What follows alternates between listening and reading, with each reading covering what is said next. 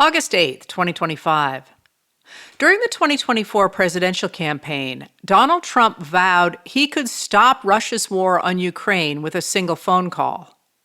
Instead, Matt Murphy and Ned Davies of the BBC report that Russian attacks on Ukraine have doubled since Trump took office. Today was the deadline the president had announced for Russian President Vladimir Putin to agree to a ceasefire in his illegal invasion of Ukraine or face further sanctions.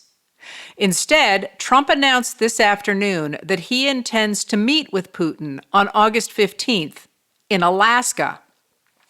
Putin generally cannot travel outside Russia because he has been indicted by the International Criminal Court for war crimes, including the theft of Ukrainian children.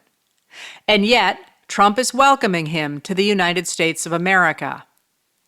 This welcome gives Putin the huge gift of letting him touch down on U.S. soil after he invaded Ukraine, in defiance of the policy established after World War II to prevent another such devastating war.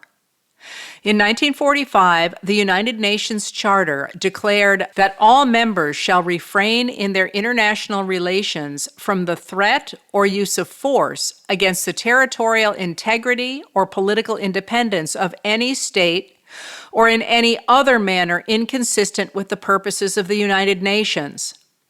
The United States was the key guarantor of this principle until Trump took office. The U.S. has stood against Russian invasions into Ukraine not only on this general principle, but because of security guarantees the U.S., along with the United Kingdom and Russia, gave to Ukraine in 1994. After the Soviet Union crumbled in 1991, Ukraine had the third largest stockpile of nuclear weapons in the world. In exchange for Ukraine's giving up those weapons, the United States, the United Kingdom, and Russia agreed to secure Ukraine's borders. In the 1994 Budapest Memorandum on Security Assurances, they agreed they would not use military force or economic coercion against Ukraine. Russia violated that agreement with its 2014 and 2022 invasions. Now, Trump will welcome Putin to the United States, to territory that once belonged to Russia, reinforcing for Russian nationalists the dream of recreating Russia's old empire. That dream has been part of the ideology of Russia's drive to seize Ukrainian land. Donatello Paolo Mancini, Alberto Nardelli, and Darina Krasnoludska of Bloomberg reported this morning that U.S. and Russian officials are planning this summit to hammer out an agreement that will force Ukraine to cede to Russia its land currently occupied by Russian troops, as well as Crimea. This deal would hand Ukraine's eastern industrial territory to Russia and bless the principle that one country can seize territory from another through force. Observers note that once this principle is established, as Putin wishes, there will be nothing stopping him from invading Ukraine again as soon as his war-weary country recovers its strength. The plan revealed by the Bloomberg journalists is still vague, but it excludes Ukraine's President Volodymyr Zelensky and European allies and is similar to the one Russia demanded in April 2025. That plan, in turn, rehashed almost entirely the plan Russian operatives presented to Trump's 2016 campaign manager, Paul Manafort, in exchange for helping Trump win the White House. Russia had invaded Ukraine in 2014 and was looking for a way to grab the land it wanted without continuing to fight. Special Counsel Robert Mueller's 2019 report on Russian interference in the 2016 presidential election explained that Manafort and his partner, Russian operative Konstantin Kilimnik, in summer 2016, discussed a plan to resolve the ongoing political problems in Ukraine by creating an autonomous republic in its more industrialized eastern region of Donbass, and having Russian-backed Viktor Yanukovych, the Ukrainian president ousted in 2014, elected to head that republic. The Mueller report continued. That plan, Manafort later acknowledged, constituted a backdoor means for Russia to control eastern Ukraine. The region that Putin wanted was the country's industrial heartland. He was offering a peace plan that would carve off much of Ukraine and make it subservient to him. This was the dead opposite of U.S. policy for a free and united Ukraine, and there was no chance that former Secretary of State Hillary Clinton, who was running for the presidency against Trump, would stand for it. But if Trump were elected, the equation changed. According to the Republican-dominated Senate Intelligence Committee, Kilimnik wrote, "All that is required to start the process is a very minor wink or slight push from Donald Trump, saying he wants peace in Ukraine and Donbass back in Ukraine, and a decision to be a special representative and manage this process." Following that, Kilimnik suggested that Manafort could start the process and within 10 days visit Russia. Yanukovych guarantees you reception at the very top level, cutting through all the bullshit and getting down to business. Ukraine and key EU capitals. The email also suggested that once then Ukrainian President Petro Poroshenko understood this message from the United States, the process will go very fast and Donald Trump could have peace in Ukraine basically within a few months after inauguration.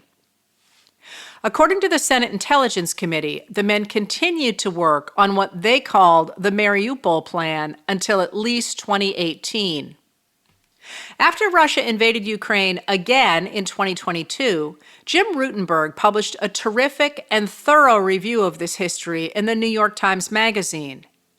Once his troops were in Ukraine, Putin claimed he had annexed Donetsk, Luhansk, Zaporizhia, and Kherson, two of which were specifically named in the Mariupol Plan, and instituted martial law in them, claiming that the people there had voted to join Russia. On June 14, 2024, as he was wrongfully imprisoning American journalist Evan Gershkovich, Putin made a peace proposal to Ukraine that sounded much like the Mariupol Plan. He offered a ceasefire if Ukraine would give up Donetsk, Luhansk, Zaporizhia, and Kherson, including far more territory than Putin's troops occupied, and abandon plans to join NATO. On June 27, 2024, in a debate during which he insisted that he and he alone could get Gershkovich released, and then talked about Putin's 2022 invasion of Ukraine, Trump seemed to indicate he knew about the Mariupol Plan. Putin saw that, he said. You know what? I think we're going to go in and maybe take this was his dream. I talked to him about it, his dream. That plan reappeared in April and, once again, is back on the table. At the same time, officials from the second Trump administration, are working to rewrite the history of Russian interference in the 2016 U.S. presidential election that led to Trump's first administration. Although it is well established that Russian operatives worked to elect Trump in 2016, Trump has consistently tried to undermine that history by insisting that the many findings of Russian help for his campaign in 2016 were a hoax. Lately, MAGA loyalists have worked to claim that the real story of the 2016 campaign was not Russian support for the Trump campaign, but rather a Democratic conspiracy to push the story of the Trump campaign's connections to Russia. On Wednesday, Warren P. Strobel of The Washington Post reported that Director of National Intelligence Tulsi Gabbard last month overrode the advice of the Intelligence Committee when she declassified and released a highly classified report on Russia's interference in the 2016 election. The document made reference to sensitive sources and methods, but Trump supported Gabbard's release of the report. White House officials appear to be revisiting the story of Russian interference in the 2016 election to try to distract voters from the story of Trump's relationship to convicted pedophile Jeffrey Epstein. Their pivot to this position has tied the two stories together in a way that had not previously been suggested.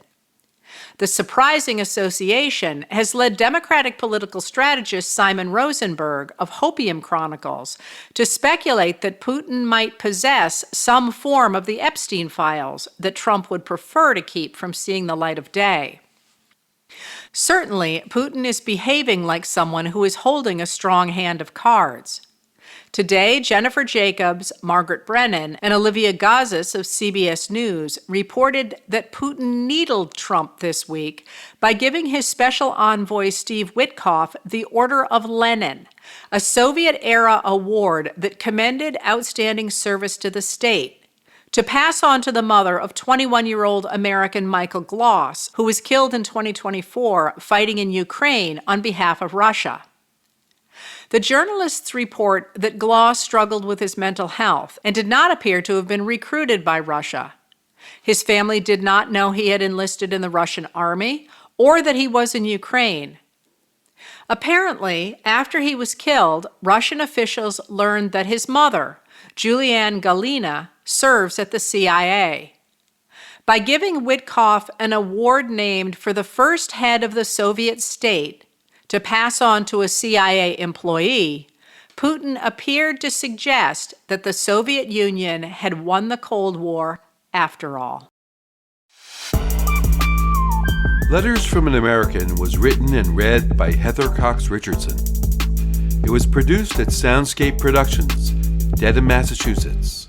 Recorded with music composed by Michael Moss.